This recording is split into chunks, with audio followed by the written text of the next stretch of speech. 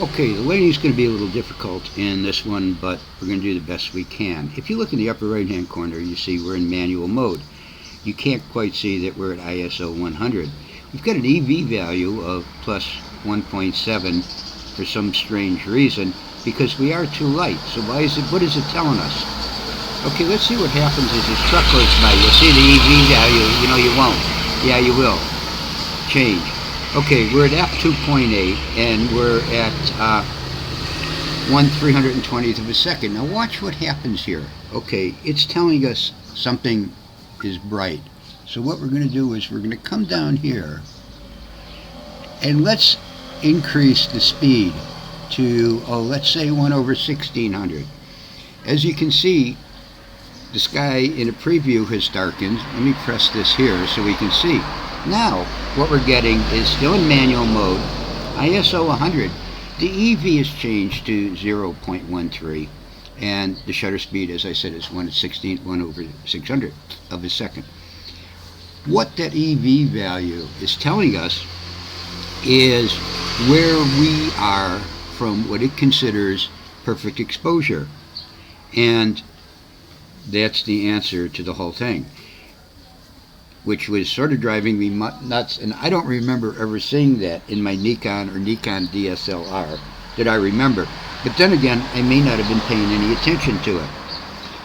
So, if you're using the Samsung Galaxy camera and you're in manual, a mode I quite like for certain things like watts and stuff like that, and when I want to just get things the way I want to get them, is the exposure value you see is where that photo is, where that photo is from the perfect exposure value. Question answered.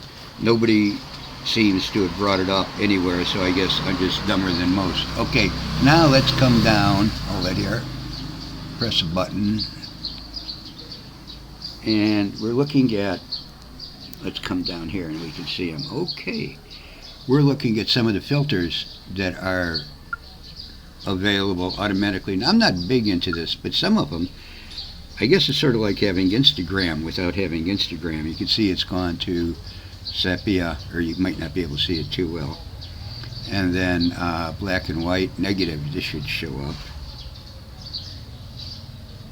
Oh, for some reason you can't really see. Oh, there we go, there's negative, which you can quite see. Okay, let's come over here. Old photo, which is sort of whatever scale. Vintage, retro here, we can see what it does, which is kind of wherever it is. Comic, which sort of puts it into a more like a poster. Gothic noir sort of does that. Impressionist sort of gives you something. Actually, the Impressionist is kind of like, I mean, a couple of these are sort of like Photoshop, whatever it's. Let's come back here to manual. And then you can see, I mean, another setting I use quite regularly is aperture adjustment. If I want to focus on something close by and have the background in fuzzy, 2.8, and I can also use it if I want the foreground fuzzy and the background, depending on what I focus on. You'll never have because it sets, let's back out of this a second. What it said is at f2.8, the perfect exposure, or the perfect shutter speed, is 1/1250th of a second. It also puts the ISO into automatic. But that's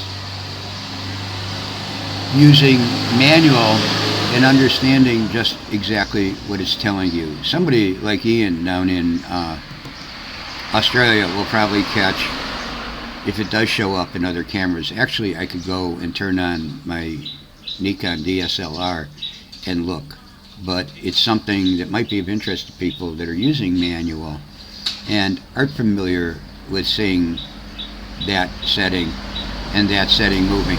Because the other thing to remember is you don't always, or I don't always, want things at what they've decided the perfect exposure is. So I can, in manual, I can look at it and say, okay, well, I'm a little darker or a little lighter, but that's the way I want it. Anyhow, now that the camera went off again, we'll say 5 minutes are up, so thank you very much.